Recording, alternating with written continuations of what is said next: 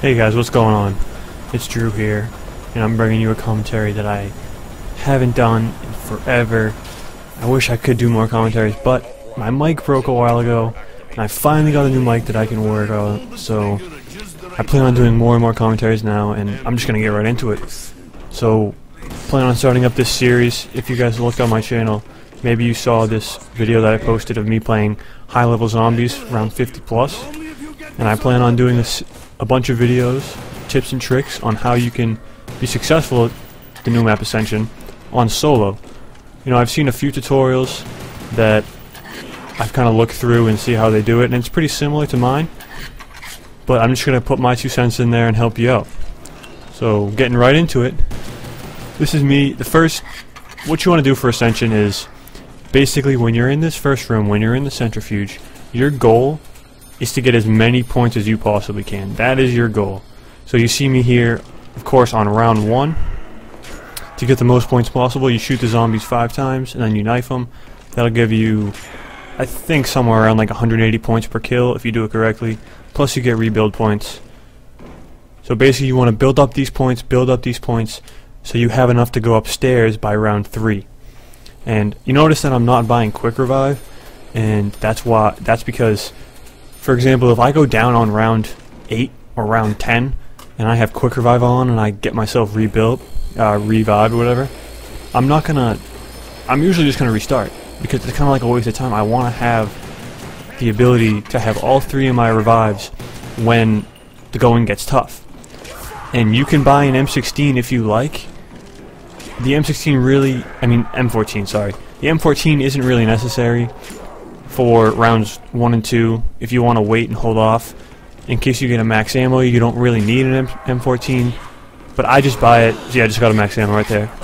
I probably didn't need the M14 then, but I just do it as a precautionary measure to make sure that by round 3 I'm pretty much protected. I can pretty much hold my own in this little room. So gather up as many points as you can, and I'm going to fast forward a little bit here just to get past round 3 as I work my way up the wall. So basically after round 3, just buy the doors, get upstairs as fast as you can, because it's where you're at right now. Once you turn the power on, you're kind of in a bad position. You really, really are. The point of getting so many points is you want to hit the box as many times as possible to get a good box hit. But you want a good weapon, but you also want to get the box off the roof. See, I get a ray gun here, so I'm pretty much set. But sometimes if you don't get an automatic weapon, or you don't get a gun that can hold you together on the roof, then you have to leave. And you want to hit that box to get a good gun. Also build up a little bit more points so you can get off that roof, because it's really a bad position. So hit it as much as you can. Now get that decent weapon. Get off the roof as fast as you can. Go down.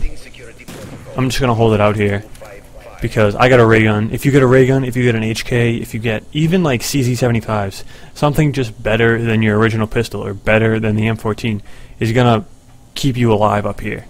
I always get lucky up here too. I've always noticed in Ascension that you get a lot of power-ups. I mean, it might be a little bit harder, but you get a lot of power-ups, and I usually get a death machine or 2 up here. I got a nuke earlier, so there's nothing wrong with that.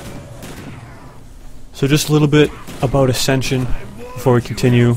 I'm not gonna go through how to pack a punch, you know, how to get your Easter egg glitches, which I know a lot of people have divulged into. You know, I've tried it, the death machine glitch. I never really got past what everyone else has got past. So I'm working on that as much as I can, but I don't really have too much time to play zombies right now, as I do some work with insta-kill. See, power-ups all the time you get up here. So again, rack up points. But where I'm gonna go is actually downstairs, all the way down to what I call the landing pad. And I know that there are other pads, but I'll always make reference to this one. So this is basically where I'm gonna set up shop. This is pretty much the entire game. Call in the lander, make sure you have an escape route in case you need it. And in future videos you see that I'm going to actually use that lander a lot to get myself out of situations when I'm out of ammo. But just hold your own here. You know, you're gonna get attacked by 3 sides. but it's pretty easy to get out of their way. And I'm gonna, right now on round 6, what your priority should be is get enough points to get your perks. You don't want to buy your perks too early. You want to avoid that monkey round until you have a pretty good weapon.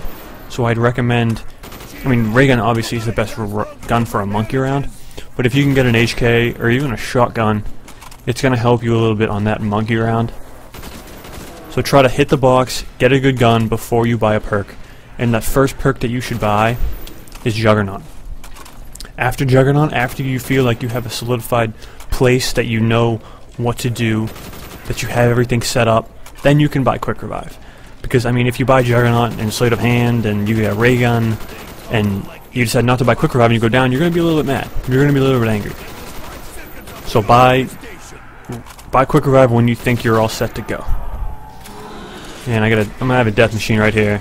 You'll learn that death machines on early levels, it's good. It's going to get you a lot of perks. I mean, a lot of points. But when you get to around 45, 50, you want to avoid death machines at all costs, because they really just don't take down the zombies as well. I mean, ray gun, I'll give you a little snippet of what's going to happen later, a little prequel. I'll tell you right now, around 50 plus, with an upgraded ray gun, it takes 4 or 5 shots to kill a crawler. Kill a crawler, it takes 4 or 5 shots. So you're going to be burning through ammo like it's nobody's business, and you're going to have to be able to ration that ammo to make sure you are the most effective with what you have. So right there I just bought Juggernaut. I'm not going to go through to get revived yet. I'm probably going to make a crawl. I think I make a crawl this round. You know, go down, buy revive. Because now, I mean, if you can get as lucky as me off the box, and you can get a ray gun on round 4 or 5, whatever, then you want to hit that quick revive. You want to stay alive. But again, see how I'm back onto this pad. If I start to get overrun, you know, it's not really a big deal. Just kind of back up, kind of get them all into a line, pull out your ray gun or your good gun or whatever you got, try to avoid them. If you get hit, you know, you got Juggernaut, you can usually prevent yourself from going down, pick up any power-ups you get, pick up any death machines until about round 30, and you should be alright. And this is really ending what would be the quote-unquote beginning of your zombies game. You are now starting to move into the middle, and the middle is the longest part. It's basically this. And I'll tell you right now, if you're not fond of doing the same thing over and over again, you're probably not going to like this setup. You know, from round 15 to 50, you're going to be running around on that landing pad trying to keep yourself alive.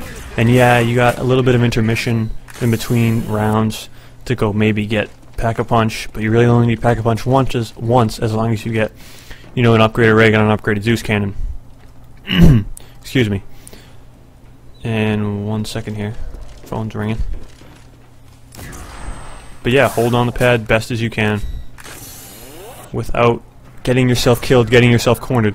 The one thing that you have to have, as you can see, I'm starting to make crawlers now, so you know the zombies are getting stronger, but you always want to have that backup plan. You always want to make sure before and after you use that lander that you actually call it and make sure that it's there. Because when you get to around 35, 45, you're going to get overwhelmed. You're going to run out of ammo, and you really need that secondary escape route just to give you a little bit of time to gather yourself, gather all your weapons, see what you got, and make sure that you stay alive. And this brings us to the first monkey round. And monkey rounds are simple with a ray gun, but my strategy is, what happens, they spawn in those landers right here. See, a monkey lander just landed. So what I'd like to do is I like to actually spawn kill them right as they spawn. They drop down in the landers, you kind of use your auto aim, it'll kind of drag you to where they are, and you can pinpoint where they're at. Now right now, I'm pretty lucky, I only have Juggernaut, but as you get more perks, I usually have, you know, Juggernaut, Quick Revive, and Marathon, or Stamina Up or whatever. I think I get Quick Revive right, or I get Sleight of Hand right here, which I don't actually prefer getting, but I got it, so I might as well keep it. So when you get more perks, you want to protect Juggernaut and Quick Revive. Those are your most important perks. what I do is I actually sit outside, spawn killing them first, outside the Juggernaut door. And then when they start taking perks, I start going back inside to Juggernaut and making sure that Juggernaut and Quick Revive are safe. Because Juggernaut and Quick Revive are pretty close. And it actually takes, there's only like 5 or 6 monkeys in a monkey round for a solo play. So it actually takes them a good minute, minute and a half, even 2 minutes to take your perks. So I've had times where I've sat at Juggernaut trying to be cautious, trying to not lose Juggernaut and Quick Revive, and I've been sitting there and I've been able to actually run all the way back to Stamina Up and protect it. So you're not going to have too much trouble on solo with monkeys. I found that unless you're out of ammo, which you'll see later that I do get out of ammo, then they're not too big of a deal on solo. They're actually pretty much, I like monkeys very much, just like dogs. They give you plenty of ammo, they refuel you, they restock you and everything. So that's, and I get another max ammo here, so I'm getting pretty lucky off power-ups that I always talk about. So guys, this is the first video of a series that I'm going to do. Be sure to check out my channel as I post some more of these. And this is what I call the beginning of the Zombies game. Next I'm going to be talking about the middle and also the end where I get to around 50 plus. So guys, rate the video with whatever you think it deserves.